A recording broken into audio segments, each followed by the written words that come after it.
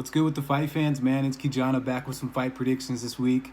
I know I missed Wednesday's fight predictions. I'm pretty bummed about that because the fight card was great. I ended up picking Calvin Kattar for the main event. Yeah, man. I seen a few holes in Dan Ige's game. Dan Ige's a fucking stud, dude. I'm a fan of both of these fighters, but I leaned heavily towards Calvin Kattar in that one, and he did get the job done. So it wasn't really a surprise to me for that one. I did go 9 for 11 out of my picks. The only fighters that lost for me were Diana Delbita, which was fucking stupid. I don't know why she wanted to go into a clinch situation and take her down or get dragged down. Like it was just dumb, dude. It was so dumb because she has better striking than Jojua. Jojua shouldn't even be in the UFC yet, in my own opinion. She's still very green, very new. Diana Delbita had way more fight experience than her. It was a dumb decision, dude. It was stupid. And then Abdul Razak, he didn't look like himself in that fight. But Mounier or whatever, I think that's how you say his name. Great kickboxer, dude. I didn't realize how good he was. I watched some of his tape and I wasn't impressed, but he fucking impressed me versus Abdul, man. He weathered the storm for the first minute and a half. And after that, it was all his fight, dude. Yeah, fucking Abdul he came in. I'm not going to say he came in flabby because, I mean, he's still in great shape. He lasted 3 rounds. He still has abs. And he's still a fucking monster. He's a beast for that division. But he didn't look like the normal Abdul we're used to seeing. He looked a little sluggish. He looked kind of, I don't know. He just looked out of shape at the weigh-ins. Looked like his mind was somewhere else, too. Yeah, so I don't know. That one kind of let me down. If those two would have won, I would have won the whole 11-person parlay that I did. But it is what it is. Like Holloway says, it is what it is. Yeah, I'm not really tripping off the. I think I broke even on my money, but I'm not really tripping off that. Don't get me wrong. I want to win some cash, but at the same time, I just enjoy doing these fight predictions for you guys and watching the fights, man. I've been watching UFC fights for a long time now. Just martial arts fights in general, not just UFC. But yeah, I'm gonna get straight into this card. UFC Fight Night 172, Figueiredo versus Benavidez 2. A little bit of controversy on this last fight. Benavidez was talking about the headbutt. A lot of people were talking about the headbutt, and it changed the dynamics of the fight, which it did. It did change the dynamics. I'll give him that. But it's not Figueiredo's fault. They both ducked their heads into each other. It happens. He was leaking a lot of blood. It was getting in his eyes. It fucked him up. It rocked him a little bit, and from there on, Dieveson kind of just took over the fight. Yeah, man, but I don't like to see people blame someone for a headbutt when you can tell it wasn't intentional. And at the same time, I see where Dieveson's coming from. Fucking Benavidez does tend to... Dieveson talks about how Benavidez kind of ducks his head in when he punches sometimes, and he does. He does tend to duck his head down, and he's already so short that they've kind of both ducked into each other. So it's really nobody's fault. They need to run it back. Benavidez was definitely winning round 1. He was beating him. He has better cardio than Dieveson by far. He honestly he's a more well-rounded fighter, but Dieveson's dangerous, man. He can knock you out at any moment, and for that division, he hits hard, dude. That guy hits fucking hard. Kind of reminds me of John Lineker. He doesn't hit as hard as John Lineker, and he's not as durable as John Lineker at all. And he doesn't have the cardio John Lineker has either. John Lineker has pretty good cardio, but he reminds me of a little bit of John Lineker, the way he just throws hammers. Yeah, man, I like that. I like that shit. It's entertaining. But anyways, I'm getting straight into this fight card. I'm gonna run through these pretty quick. Carlos Felipe versus Sergey Spivak. Carlos Felipe, aka Boy, 8-0 record. He's making a debut. 6 KO/TKO wins, 2 decision wins. Throws reckless looping punches. Has power in his hands, of course. Decent double leg takedowns. Overhand right is pretty precise. Looping left hooks are pretty much his money makers, man. Those are his go-tos. Good takedown defense, strong in clinch situations. He's 6 foot tall. He's fighting Sergey Spivak. I think Spivak's 6'2" or 6'3". aka the Polar Bear. 10-2 record, 4 KO/TKO wins, 6 sub wins, 1 KO loss. Lost to Tybura by unanimous decision in his last fight, which was kind of surprising to me. But at the same time, it's not. Tybura's a pretty decent fighter. He beat Tai Tuivasa by arm triangle choke. Before that, that was surprising to me. Tai Tuivasa's no one to play with, man. He's a fucking... he's a banger, bro. That fool likes to just come in brawling. He's a barroom brawler. I like it. It's very exciting to watch. He does need to work on his wrestling defense. He needs to work on his ground game. And he probably has been working on that. So it is what it is, man. Sergey Spivak came out with the win. I picked Tai Dieveson in that fight to win. I thought he was for sure going to knock Sergey out, even though Sergey only has 1 KO loss. Just something told me that Tai was going to knock his ass out, and it didn't happen. So, yeah, this guy throws very good combinations. He's vicious with his ground and pound. His only KO loss was to Walt Harris, and we see what Walt Harris does, the big ticket. He'll knock anybody out in that division. This guy's well-rounded. His elbows in the clinch are fucking nasty, bro. His clinch work is fucking, it's vicious. His elbows against the cage, dude, like off the break, they'll knock you out. Like Sergey Spivak's a beast. This guy has 2 armbar wins, 1 Kimura win, 1 arm triangle choke win, 1 neck crank, and 1 rear naked choke. He's versatile as fuck on the ground. And I think I'm rolling with Sergey Spivak. Actually, I don't think I am rolling with Sergey Spivak on this one. I see a lot of people picking Carlos Felipe. I can see anyone winning, man. Felipe's 8-0. He's coming in hungry. But I'm going to roll with Spivak on this one. I hope he doesn't let me down. Next fight, Davi Ramos versus Arman Sarukyan. I think that's how, I don't know if that's how you say his name. But anyways, Davi Ramos, the Tasmanian Devil, 10-3 record, 1 KO win, 7 sub wins, 3 decision losses. He's 33 years old. He's technically at his prime, but at the same time, he's been doing this for so long, I feel like he's coming to the end of his career a little bit. I feel like he's probably got maybe anywhere between 3 and 5 more fights in him. He doesn't have the best cardio or gas tank at all. He lost to Islam Makhachev in his last fight, was on a 4-fight win streak before that. But those were all to bums. Every single one of those fighters that he fought were bums, other than Austin Hubbard. Austin Hubbard was making his debut and came in on a week's notice, and he put up a great fight against Davi Ramos. Ramos should have submitted him, and he didn't. Especially with his skill set and his background, he definitely should have got the job done. But yeah, man, this guy, when I say bums, I mean bums, like dudes off the couch. Like, yeah, these guys have willpower, they have heart, but they're off the couch. He submitted John Gunther, Nick Hine, and Chris Grudemeiser. He beat all those guys. Like, those guys shouldn't be in the UFC, man. Out of the whole entire UFC roster, I would say like 100, maybe 150 fighters should not be on the UFC roster at all. I'm a hard critic, dude. I'm a fucking hard critic. But at the same time, like, yeah, man, maybe there's just not enough talent out there. I mean, fuck, there's 7 billion people in the world. You should find some pretty decent talent, man. But yeah, I would say like 100 of those people shouldn't be in the UFC. Especially like, I don't know. I don't know. I'm not gonna even comment on that anymore. I'm picking Arman to win. This guy, yeah, he's an Olympic BJJ specialist. Like I said, he doesn't have the best cardio. He's deadly on the ground. So if he gets you to the ground, you're gonna have some serious problems, man. It's gonna be problematic for you. Like, he could submit you at any moment. But he's not technically sound on the feet. He swings wild, and he overextends on punches, and that's really bad when you overextend on punches. You can have a tendency to get knocked out, or you can get taken down really easy when you overextend. And Davi almost overextends on a lot of punches. He doesn't have good footwork, and that's probably one of his biggest issues. Arman is 14-2.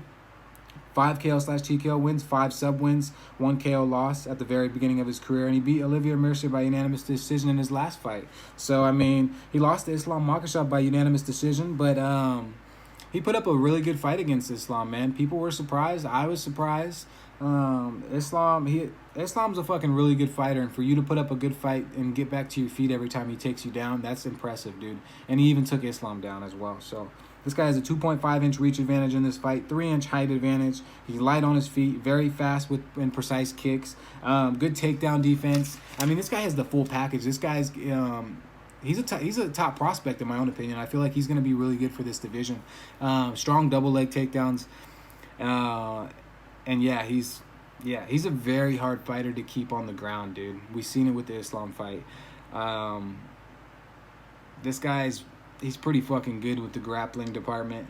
Faster striking than Ramos and better cardio. He's way more durable than Davi Ramos. I'm rolling with Arman all the way. I think I'm putting some cash on Arman for sure tomorrow. So yeah. Next fight, Malcolm Gordon versus Amir Albazi. Malcolm X Gordon, 12-3 record, 4 KO/TKO wins, 6 sub wins, 3 KO/TKO losses. I don't like to see that. I said this in previous videos. When you have this many KOs or TKO losses, I just don't like seeing that.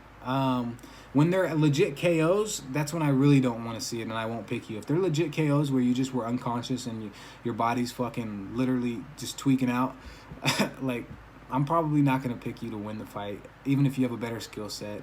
If you're seasoned up and shit after you get knocked out and you've been knocked out 3 or 4 times, it's not good. Not saying that he has, but that's just my own opinion. This guy's on a 4-fight win streak, all finishes. Lost his last fight by TKO to Dimitri Wardenberg in 2016. That's a few years ago. That's not bad. He has nice right head kicks, good double leg takedowns. He's a strategic grappler. He has 3 Kimura wins, 2 armbar wins, 1 rear naked choke win, which was his most recent win versus I think it's Yoni Sherbatov. I think that's how you say his name. But Yoni Sherbatov was piecing him up in that fight, dude. Bad too. He was piecing him up in the beginning of the fight. He rocked. I felt like he rocked him a little bit. Malcolm Gordon has a tendency to kind of just get into his shell and let people kind of burn their arms out. That's not a good strategy, man. He gets into his shell and then he'll counter strike with you, and he has really good counter striking though. He'll catch you off guard and knock you out. He has a nice double cross to short right hook, which is kind of a weird combination because you see a double jab to a short right hook or something, or a double jab with your right to a short left hook. You'll see that combination a lot. But yeah, he does a double jab to a double cross to a short right hook, and he's knocked people out with it. It's kind of an unorthodox combination, but it works. He's on his back foot a lot. He's a pretty decent counter striker, very patient with his strikes. He has a questionable chin in my own opinion, and he covers up a lot. Good clinch work. And he lunges into his punches, sometimes overextending. So that's what I see with Malcolm Gordon. Amir Albazi, a.k.a. The Prince, 12-1 record. 4 KO/TKO wins, 7 sub-wins, 1 decision loss. Beat Ryan Curtis by round 1 Kimura in his last fight. Very dangerous submission specialist. 3 Kimura wins, 4 rear naked choke wins.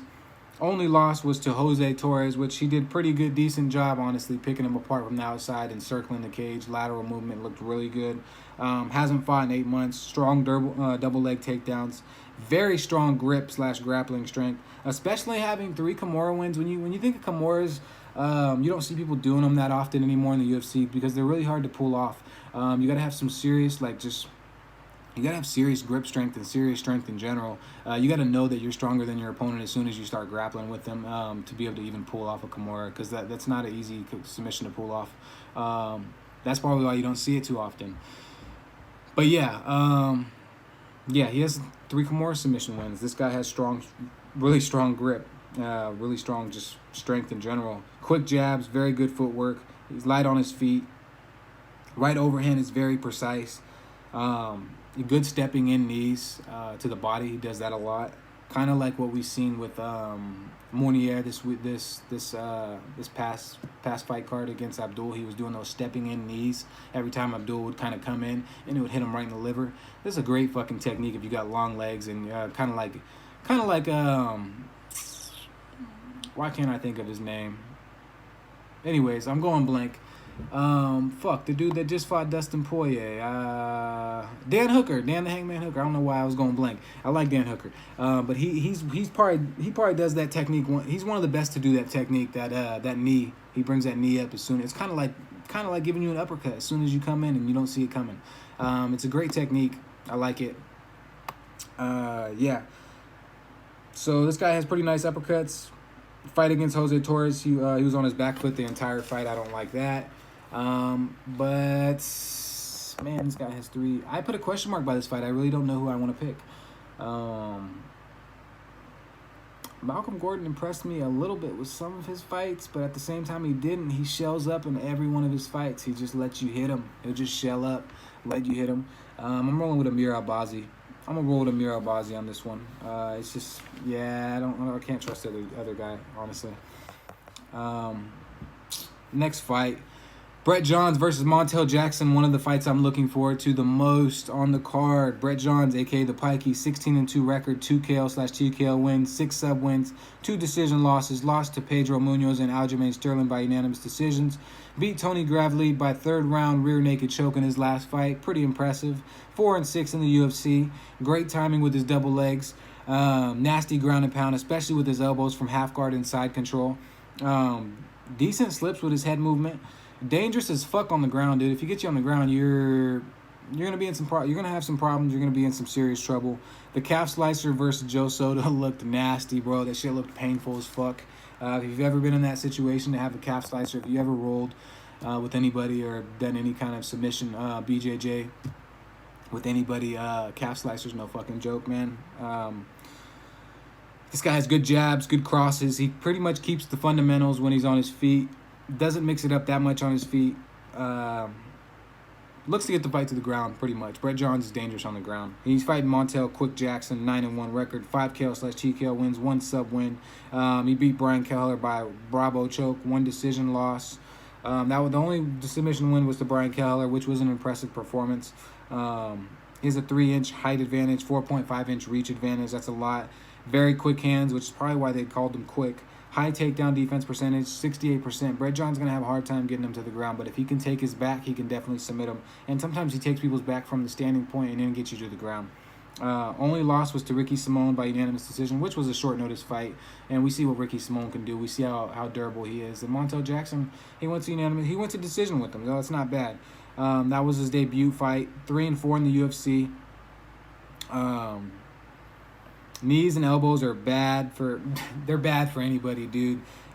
He throws really nasty knees and elbows in clinch situations. He overwhelms his opponents with combinations, basically. He throws a lot of combinations in his fights, and he's not one of these fighters that's just a stick and move fighter where it's just one pops one out or pops two out, and then he circles the cage for how long, then he pops one out, and then he pops two out, circles the cage some more.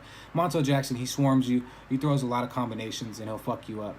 And he hits hard. His left cross is pretty much money. It's on point every time. He puts people to sleep. Nice jabs. Also well-rounded on the ground. This is a very tough one to pick for me, honestly. I put a question mark by this one as well, but I am rolling with Montel Jackson. Brett Johns could definitely submit Montel, and I could see it happening. Do not count Brett Johns out at all. This could go either way, man. If Brett Johns puts him in a situation that he's uncomfortable with, it's going to be night-night for Montel. And you got to remember, Brett Johns has 18 fucking... He has more fight experience. Next fight, Joe Duffy, Irish Joe, aka Irish Joe, man. We haven't seen Joe Duffy in the UFC or in the octagon for a while. 16-4 record, 4 KO/TKO wins, 10 sub wins, 1 KO loss, 1 sub loss on a 2-fight losing streak to Mark Diakisi and James Vick. He lost to unanimous decision by Diakisi. Diakisi basically dominated him, and James Vick TKO'd him.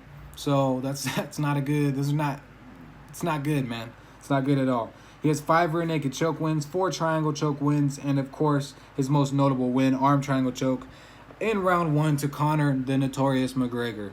That was a while ago. That was back in 2010, so props to you, Joe Duffy. But that was 10 years ago, my dude. I feel Joe Duffy is at the end of his career. His striking is pretty good. He did have some professional boxing in his back pocket, so it's not horrible. He hasn't progressed much. He seems kind of like the same fighter that he was when he first started in the UFC. And that's my own opinion. This is what I see when I watch some of his recent stuff. I don't see much has changed. I feel like he's almost the same fighter. Yeah, so this guy, he has pretty good in and out movement. He's strong and brutal ground and pound. If you get you to the ground, man, he's dangerous on the ground with his submission skills, and he can ground and pound the fuck out of you. This guy hits hard on the ground. He definitely does. I don't feel like he hits as hard on the feet that he did when he does on the ground. I don't know. There's something different when he gets to the ground and he starts just wailing on you. He did very well against Poirier back in 2016. He put Poirier in some situations that he could have possibly won. He looked good with the striking. He almost submitted him a few times. So, he's very dangerous on the ground. So he's fighting Joel Alvarez, a.k.a. El Fenomeno, I guess. Phenom, that's how you say phenom in that language, I guess. I don't know. But anyways, Joel Alvarez, 16-2 record, 2 KO/TKO wins, 14 sub wins. That's a lot of fucking sub wins. Joe Duffy had 10 sub wins. So both of them are submission specialists. We can pretty much guess that this is gonna go to the ground. And if it doesn't, if it stays striking, it's because they both respect each other's ground game. This guy's 1-1 in the UFC. He lost by spinning heel kick in round 1 in 2015. Lost to unanimous decision to Damir Azmugilov. Beat Danilo Belluardo by TKO in his last fight. Hasn't fought in over a year. Yeah, man, this guy, 7 triangle choke wins, that's a lot. 2 anaconda choke wins, 1 Bravo choke, 1 arm bar, 3 guillotine choke wins. Super, super versatile on the ground. Dangerous off his back. Dangerous on the in top positions. Both of these guys are. This is anyone's game. This one can go to anybody. This guy's never been submitted. 3-inch height advantage, 4-inch reach advantage. That is going to be a game changer for this fight. Only been to round 3 twice. Is cardio going to be an issue? That's what I'm worried about. Joe Duffy has a little bit of better cardio, and he has more fight experience. He's been there. He's been there before, man. Joe Duffy's been around for a while. Man, something wants me to pick Joe Duffy. Something is telling me Joe Duffy might win. But I'm rolling with Joe Alvarez. I'm rolling with the young buck. Joe Alvarez, I think, is 7 or 8 years younger than Joe Duffy, if I remember correctly. But anyways, I'm rolling with Joe Alvarez. Next fight, Grant Dawson versus Nad Narimani. Grant Dawson, a.k.a. KGD, 15-1 record, 3 KO/TKO wins, 11 sub-wins, 1 KO/TKO loss. 2 words, willpower. Grant Dawson has willpower, man, a lot of it. He's got a lot of heart. He's young and hungry. He's ready to fuck anybody up. He's got a lot of submission wins, good takedowns. He's a well-rounded fighter. Had somewhat of a cardio issue in the past. He's 3-0 in the UFC on a 6-fight win streak. Relentless. 9 rear naked choke wins. That's his go-to. He's going to take your back and submit you. 1 armbar win, 1 triangle choke win. Very dangerous for anyone on the ground. If you're rolling with this guy, you're probably going to get submitted most likely. Unless you have the same skill set as him, or if you know what his flaws are. Or if you're just a stronger opponent with the same type of skills that he has. Brutal ground and pound. Looks like he's progressed a lot since being in the UFC, honestly. He looks like a better fighter. His cardio looks better. Everything about him looks better. 2-inch reach advantage, 2-inch height advantage versus Nad Narimani, a.k.a. Smiler, 12-3 record, 2 KO/TKO wins, 5 sub-wins, 1 TKO loss in his last fight. Round 2 to Mike Grundy. Mike Grundy's a fucking beast. He's a savage, so I can see why Nad lost that one to him. He was on a 5-fight win streak before that. He's 2-1 in the UFC. This guy throws nice jabs, nice crosses. Throws looping overhand rights pretty well. 3 rear naked choke wins, 1 triangle choke win, 1 guillotine win. He's never been submitted. Grant Dawson's a submission specialist. He's pretty decent on his feet as well. Nad Narimani might have a little bit of, I don't really know, man. These guys are pretty evenly matched. The way that the way that they matched this up, the matchmakers did a pretty good job. This guy has strong double leg takedowns. If he rocks you, he finishes you. That's what you need to know about Nad Narimani. If he rocks you, if he clips you, he finishes you. Plain and simple. A lot of guys hesitate on that. They'll let you get back to your feet. They wait a second. They kind of pause. They don't jump on you right at that moment. Nad Narimani, he's gonna jump on you right at that split second that he rocks you, and he's gonna tee off on you, and he's gonna keep going. He doesn't care if he's tired. He's done that a lot in the past. I am rolling with Grant Dawson on this one. Nad Narimani's pretty good, but I think Grant Dawson, he's gonna edge him most likely. Next fight, Roman Dolidze versus Khadis Ibragimov. I put a question mark by this one, man. Khadis is 0-2 in the UFC. He's hungry for his first win. 8-2 record, 2 KO/TKO wins, 3 sub wins, 1 sub loss on a 2-fight losing streak versus Ed Herman. I can't believe that happened by unanimous decision. And Dang Anjung by guillotine choke round 3. Has a decent submission game. Throws bombs, but swings very reckless. Khadis swings so fucking reckless, dude. Strong trips and slams.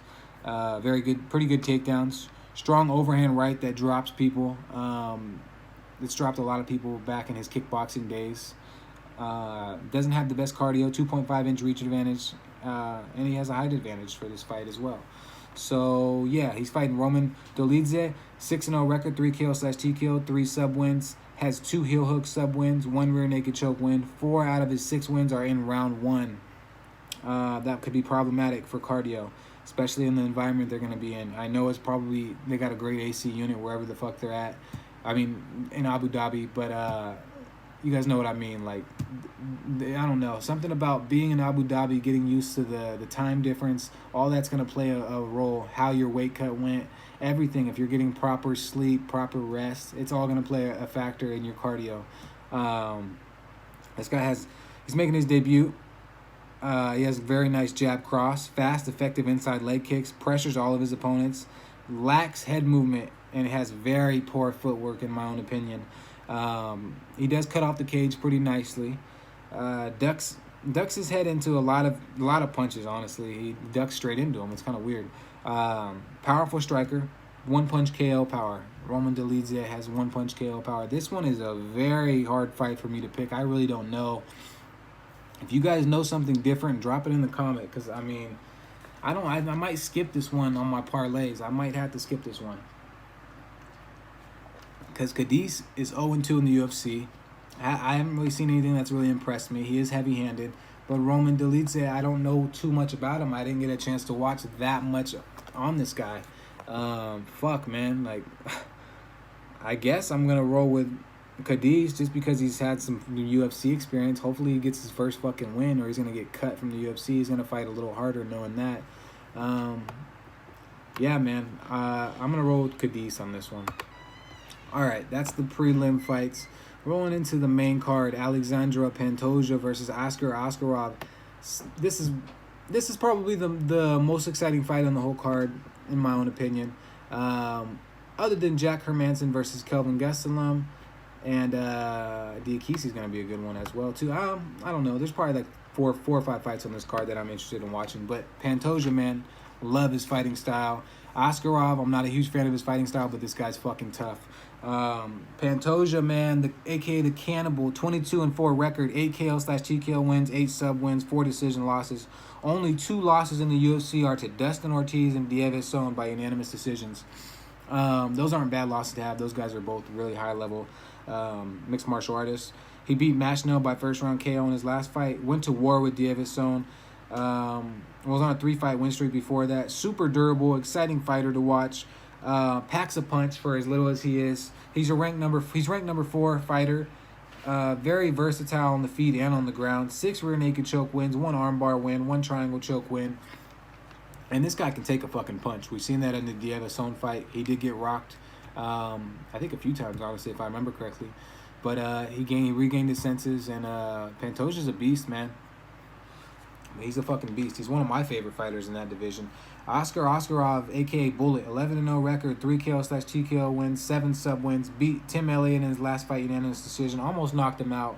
Had a draw versus Brandon Moreno, which I thought Askarov should have had his first loss in. That was, I think, in Mexico. Askarov, he did good, but I think Brandon Moreno should have gave him his first loss in that one. I picked Moreno to win. I think he should have won. This guy has 3 rear naked choke wins, 1 twister win, 1 guillotine win, 1 armbar win, 1 anaconda choke. God damn, like one of everything, basically. Durable, has pretty good cardio, always looks to get the fight to the ground, relentless wrestling, fast hands, very good fundamental boxing skills. For such a good grappler, it's pretty shocking, honestly. And this guy hits hard, man. He looks heavy-handed. He looks like he can knock people out. Yeah, I mean, he hit Tim Elliott, and Tim Elliott was basically out on his feet. Regained his senses and tried to go for a takedown. Askarov is legit. 2-time Russian wrestling champion. Dagestan combo sambo champion. This guy, this guy's nothing to play with, dude. And he's got good cardio.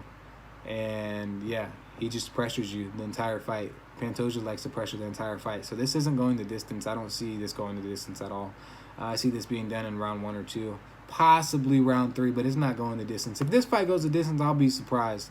They're both durable, but man, you can only take so much punishment. I'm actually going to pick against Pantoja on this one. I can't believe I'm doing this because Pantoja's legit. And Askarov kind of was gassing out in the Brandon Moreno fight a little bit. I'm rolling with Askarov on that one. Next fight, Ariane Lipski versus Luana Carolina. A.K.A. Queen of Violence, Ariane Lipski, 12-5 record, 6 KO/TKO wins, 2 sub wins, 1 KO/TKO loss, 1-2 in the UFC. Lost to Joanne Calderwood and Molly McCann. Those are both really good fighters. Those aren't bad losses to have. Beat Isabella de Padua in her last fight. I don't even remember her last fight. But yeah, well-rounded fighter. Throws good leg kicks, very nice head kicks. Likes to swarm her opponents with combinations. Good clinch work, very good knees to the body and to the head when she's in the clinch. Swings reckless at times, though. She keeps her hands low at times as well. Wild striker all in all. Ariane Lipski, she's wild, dude. She'll knock you out. Yeah. Luana Carolina, a.k.a. Dread, 6-1 record, 2 KO/TKO wins, 1 sub win. She pieced up Priscilla Cachoeira in her debut fight, but that's not really... I think she had over 100 significant strikes or some shit like that. It's not really that impressive. Priscilla Cachoeira is basically the human punching bag. That's what her nickname should be. Threw a ton of strikes, 2-inch reach advantage in this fight. She had a spinal fracture. That's why she was out for so long. I just watched an interview of her, and she said something about her having a spinal fracture, and she basically had to stay still for a full month. She had to just lay on her back for a full month, and then she did a bunch of rehab stuff. Didn't get any surgery. That's not good. That's not good at all, dude. If you're having a spinal fracture, like anything to do with your spine, I don't know if I can. I mean, Shane Burgos had some spine shit with him in the past, but I don't know, man. Maybe sometimes it makes you tougher, and other times it's gonna really affect you to where you can't do shit. You just think you can. This chick has good stiff jabs, brutal elbows from the mount and side control. Throws nasty elbows in the clinch as well with her knees. Strong arms pretty much all of her opponents. And she's a wiry fucking fighter. This is another question mark fight for me. I really don't know who to pick. Something's telling me to lean towards Luana Carolina. But that spinal fracture just has me a little worrisome. So I don't really know. Ariane Lipski's a fucking beast. But she does gas out. I'm rolling with Carolina on this one. I'm gonna roll with Carolina on this one. I think a lot of people are picking Lipski, but fuck it, I'm gonna roll with Carolina. Next fight, Mark Dieveson, aka Bone Crusher, versus Rafael Fiziev. I'm not gonna talk too much about this one. I didn't write too much about this one, other than Dieveson a 14-3 record. He has a lot of KOs. 6 KOs/TKOs, 1 sub win, 1 sub loss.